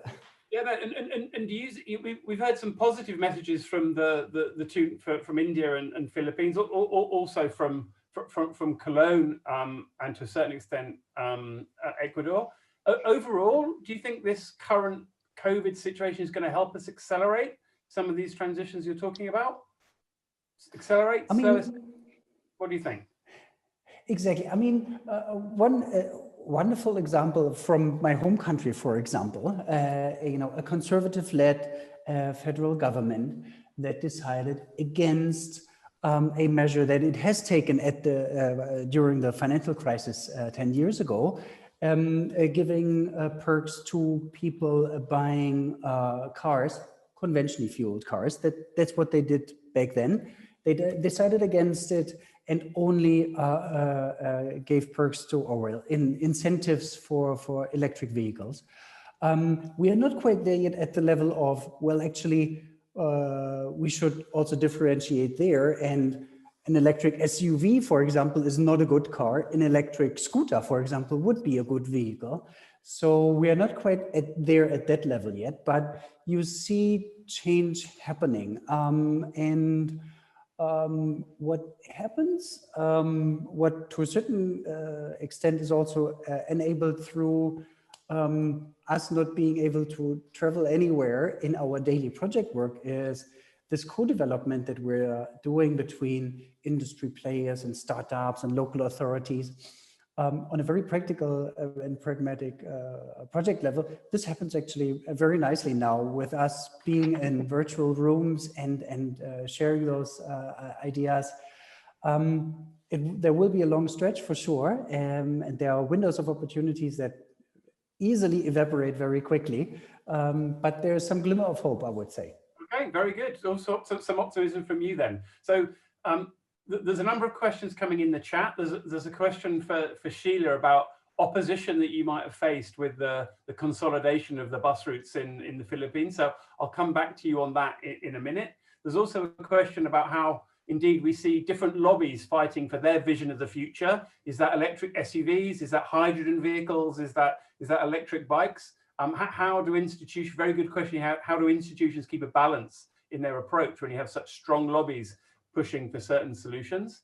So I'd now like to invite Sasank to join in the conversation. Thank you for being so patient, Sasank.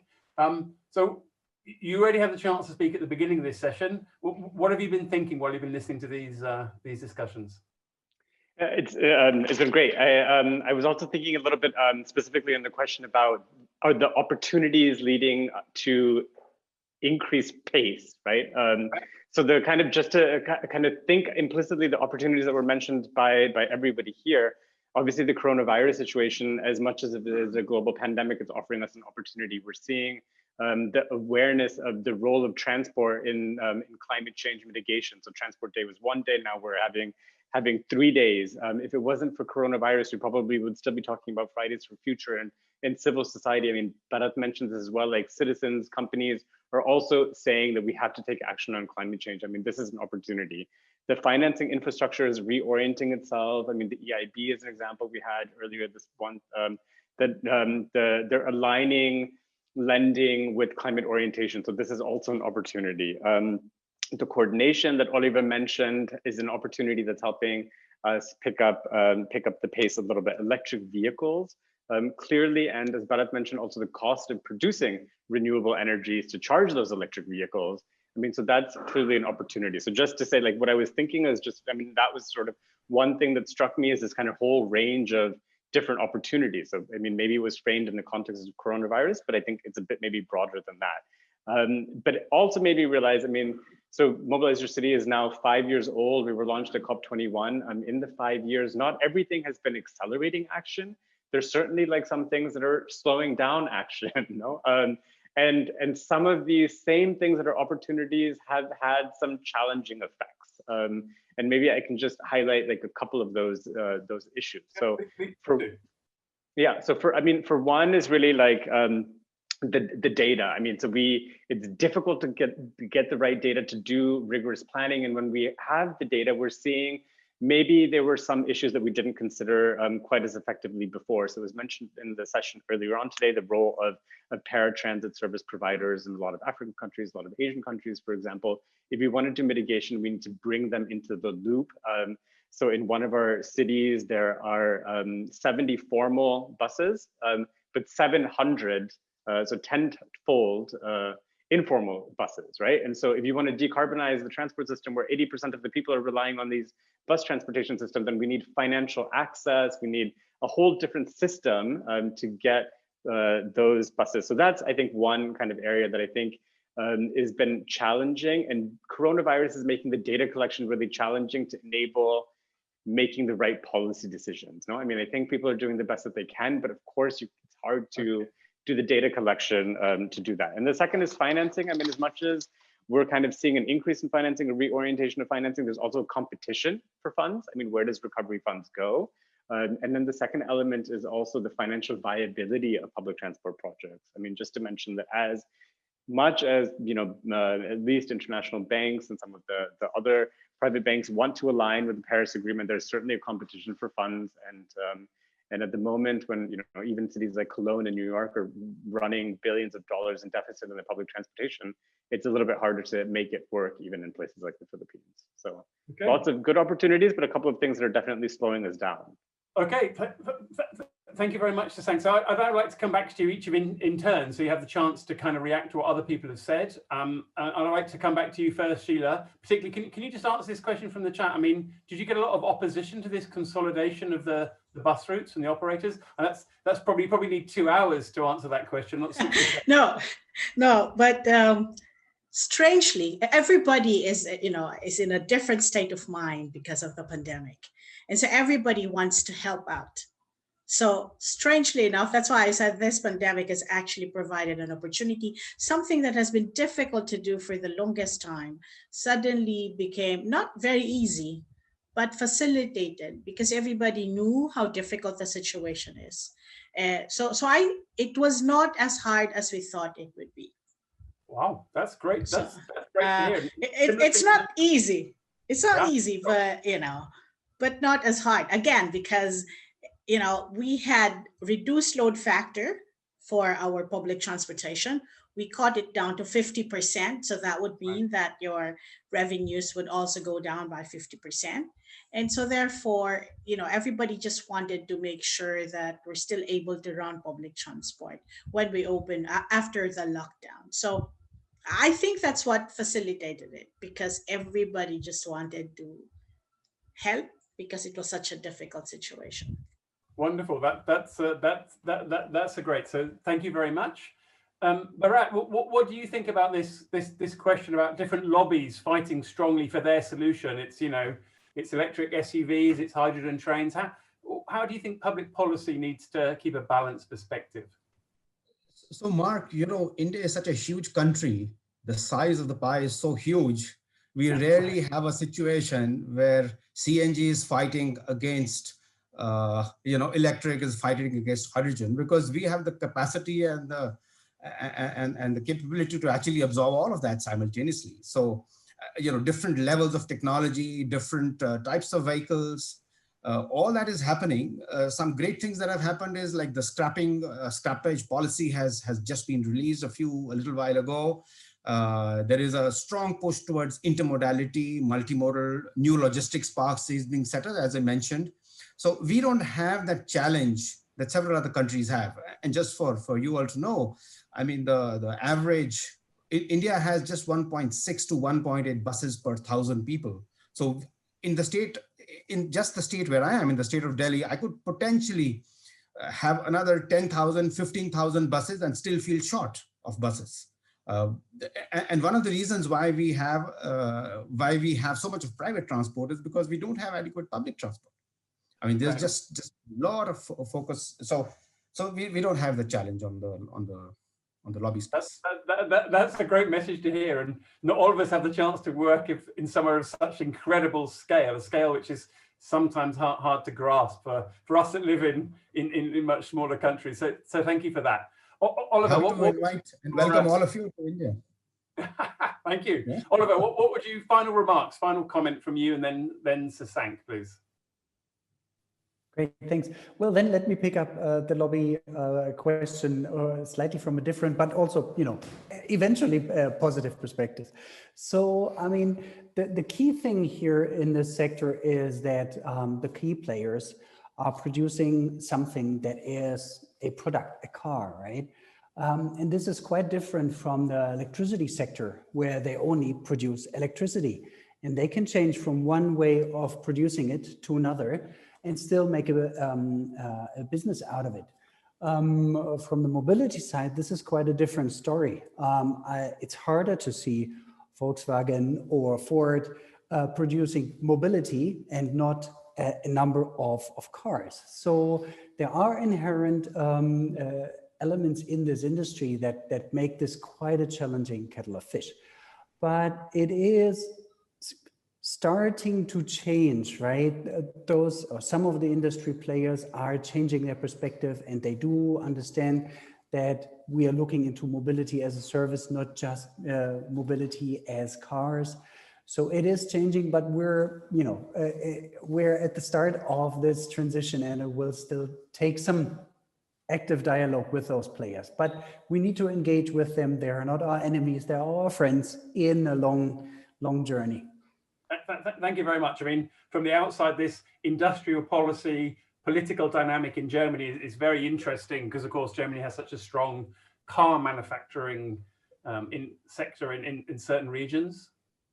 You want to say something else? Just wanted to say one tiny thing on the industrial side as well. Is, of course, electric mobility gives us also great opportunity to develop vehicle industries in all other countries as well, in particular on the smaller side of vehicles. Electric 2- and 3-wheelers, minibuses are quite a different story from a conventional car being produced. So startups, small SMEs, companies have a much bigger opportunity there with regard to economic development. Yeah. But also we're also saying from lots of sources that this mobility transformation is actually going to create more net jobs. I mean, there's certainly challenges in the transformation, but the future is bright in terms of new, better local jobs. So that's certainly part of this story. Okay, Sasank, what final comment from your side, please? No, I like the future is bright. I mean, I think we should almost end on that, but maybe just to complement what Oliver said, he was talking a little bit about the supply side. And I think I've been thinking a lot about the demand side for these vehicles and ensuring maybe also that the individuals, the operators, the SMEs that would be potentially purchasing them, it's not just the manufacturing, but also the demand would be generated by the SMEs. And so we have to also think about financial inclusion in the transport sector. I think we have to think, what does leapfrogging mean? Do we get everybody into cars and into electric cars, or do we go straight to the bike lanes? So I think there's a little bit more thinking that we have to do collectively about leapfrogging, and not have that leapfrogging be directly into electric vehicles, but maybe also into the active modes of transportation, and then also the financial inclusion element to bring in all of the operators, owners of the informal transport service providers into the fold. So thank you very much. So now we have to draw the panel to a close. Thank you very much to Sank and Oliver for bringing us this perspective. You're working for these kind of multiplier factors, working in multiple countries, bringing things together and analyzing. Thank you very much. But also to our two participants from much further east, Sheila and Bharat, which given up your evening to be with us. That's really very much appreciated. But these country perspectives are absolutely essential in this discussion. Although we're talking about urban mobility, these national perspectives and corporate perspectives are really essential. So thank you all. Thank you very much. And I pass the floor back to Andrew to close. Thank you. Final short baton, Mark. That was a really great panel. Thanks for all the panelists who were on that. I really enjoyed ending, I think, on a note of optimism. I think not a naive sense of optimism, but grounded in the reality of some of what we've seen recently. So I think that was a really encouraging place to close up the conversation. So all I want to do is thank the session organizers who made this all possible today. So we had EUROCLIMA Plus, we had Mobilize Your City, Rocky Mountain Institute, SLOCAT, and UITP, all of whom came together to make this possible. And I want to remind everybody that the materials, including the list that was developed in the Google Doc, will be shared from this and all the other sessions and will be online. So we encourage you both to use them and to share them beyond just the event we had today. And if you go to the final slide of this deck, if someone's still there, perfect. Just a reminder that I think many of you already know, but we're just in the middle of the overall En route to COP26 event. So I invite you and encourage you to attend other sessions and also to continue to tweet and share on social media using the hashtag En route to COP26, which will help people be aware of what's happening in these great sessions. So thanks everybody for being here. It's been a really great experience, and I'm really happy that we ended with some cautious notes of optimism that the big, bold goals we have coming out of COP21 are actually possible. So thank you everybody, and I think we can close there just on time, which is perfect. Thank you. Bye-bye. Thanks everyone. Thank you. Thank you, everybody. Thanks, everyone. Keep safe. Bye-bye. Bye. Thank you. Thank you all. Great discussion. Thanks everyone for participating.